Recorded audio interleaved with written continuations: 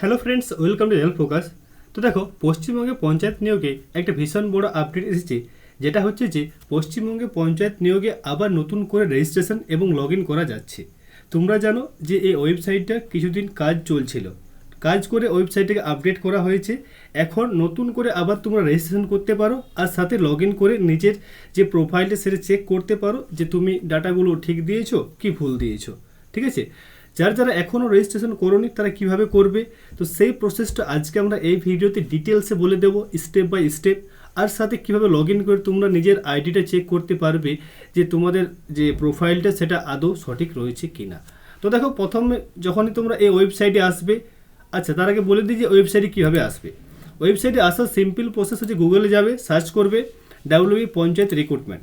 Search করার সাথে সাথে পঞ্চায়েত রিক্রুটমেন্ট প্রথম যে ওয়েবসাইটে wbprms.in এইখানে ক্লিক করবে।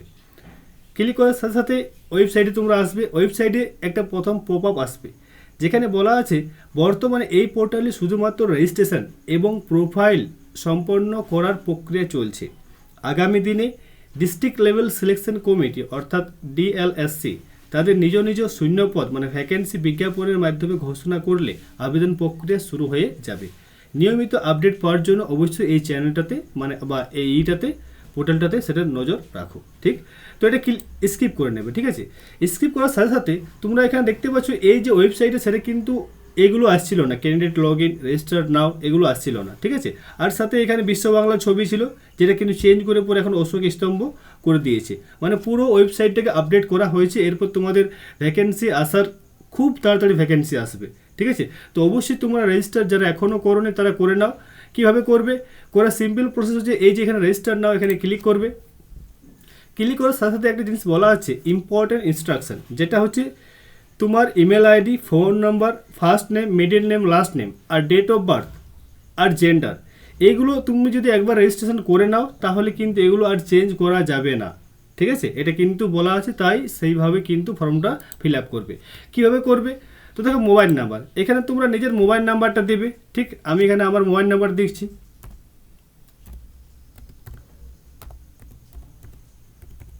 ঠিক, এখানে তোমার ইমেল আইডি, তোমার যে ইমেল আইডিটা রয়েছে সেই ইমেল আইডিটা দেবে। ঠিক আছে, ইমেল আইডি দিচ্ছি। ফার্স্ট নেম, তো ফার্স্ট নেম তোমার নামটা দেবে।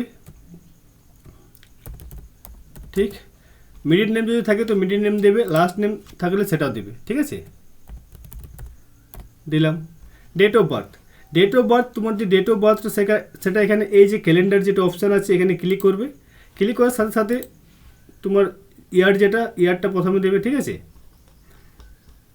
ধরো আমি একটা র্যান্ডম এগুলো দিচ্ছি। ঠিক, কিছু একটা আমি দিলাম। ঠিক, তো এটা হচ্ছে, আচ্ছা আমাকে বলছি যে 18 বছর অ্যাবাভ হওয়া চাই। ঠিক, তো আমি সেটাই দাঁড়াও 2000 4 করলাম। তো দেখো 18 বছর প্লাস হলে কিন্তু তুমি এটা রেজিস্ট্রেশনটা করতে পারবে। জেন্ডার এখানে আমি মেল ফিমেল যেটা তোমার সেটা দিবে। ঠিক আছে, পাসওয়ার্ড, তো দেখো এখানে একটা স্ট্রং পাসওয়ার্ড তোমাদের লাগবে। মানে পাসওয়ার্ডটা হবে যেমন capital letter, small letter, number, আর যে স্পেশাল ক্যারেক্টার হয় যেমন @, ঠিক আছে, হ্যাশট্যাগ, অ্যান্ড, এই সমস্ত চিহ্নগুলো এগুলো কিন্তু তোমরা দেবে। আমি একটা পাসওয়ার্ড তোমাদেরকে দেখাচ্ছি। ঠিক আছে, সেই পাসওয়ার্ডটা তোমরা ইউজ করতে পারো, না হলে তোমরা নিজেদের মতো পাসওয়ার্ড দিতে পারো। ঠিক, মানে আমার পাসওয়ার্ড ইউজ করবে না, কিন্তু আমার মতো তোমরা ইউজ করতে পারো। যেমন আমি আমার নাম দিয়ে দিচ্ছি। ঠিক আছে, নিজের নাম দিলাম, @ এই ইয়ারটা অর্থাৎ 2026 এটা দিলাম। ঠিক, এটা দিতে পারো, এটা দিবে। ঠিক আছে, দিয়ে পর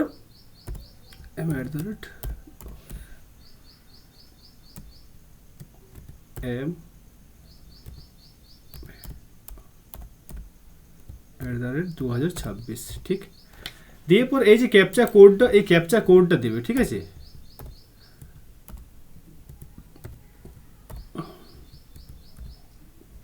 ক্যাপচা কোডটা দিয়ে পর এখানে সেন্ড ওটিপি যেটা আছে সেখানে ক্লিক করবে। ক্লিক করার সাথে সাথে দেখো যেহেতু আমি একবার অলরেডি আমার যে ইমেল আইডিটা আছে মোবাইল নাম্বারে সেটা দিয়ে আমি লগ ইন করেছি। ঠিক আছে, তার জন্য আমারটা কিন্তু দেখাচ্ছে না। কিন্তু তোমরা যখন এখানে সেন্ড ওটিপি দিবে, ওটিপি একটা আসবে ফোনে, আর সেই ওটিপিটা সেখানে দিয়ে পর তোমরা ক্লিক করে সেই তোমার প্রোফাইলটা কিন্তু কমপ্লিট হয়ে যাবে। ঠিক আছে, আর যারা নতুন আছো বা অলরেডি রেজিস্ট্রেশন করেছো তারা এই যে এখানে ক্যান্ডিডেট লগ ইন এখানে ক্লিক করবে। ক্লিক করার সাথে সাথে তোমাদের এখানে ফোন নাম্বার আর পাসওয়ার্ড এগুলো দিয়ে কিন্তু তোমরা নিজেদের আইডিটা চেক করতে পারবে যে তোমাদের প্রোফাইলটা তার মধ্যে যদি কোনো ডাটা ভুল আছে কি না।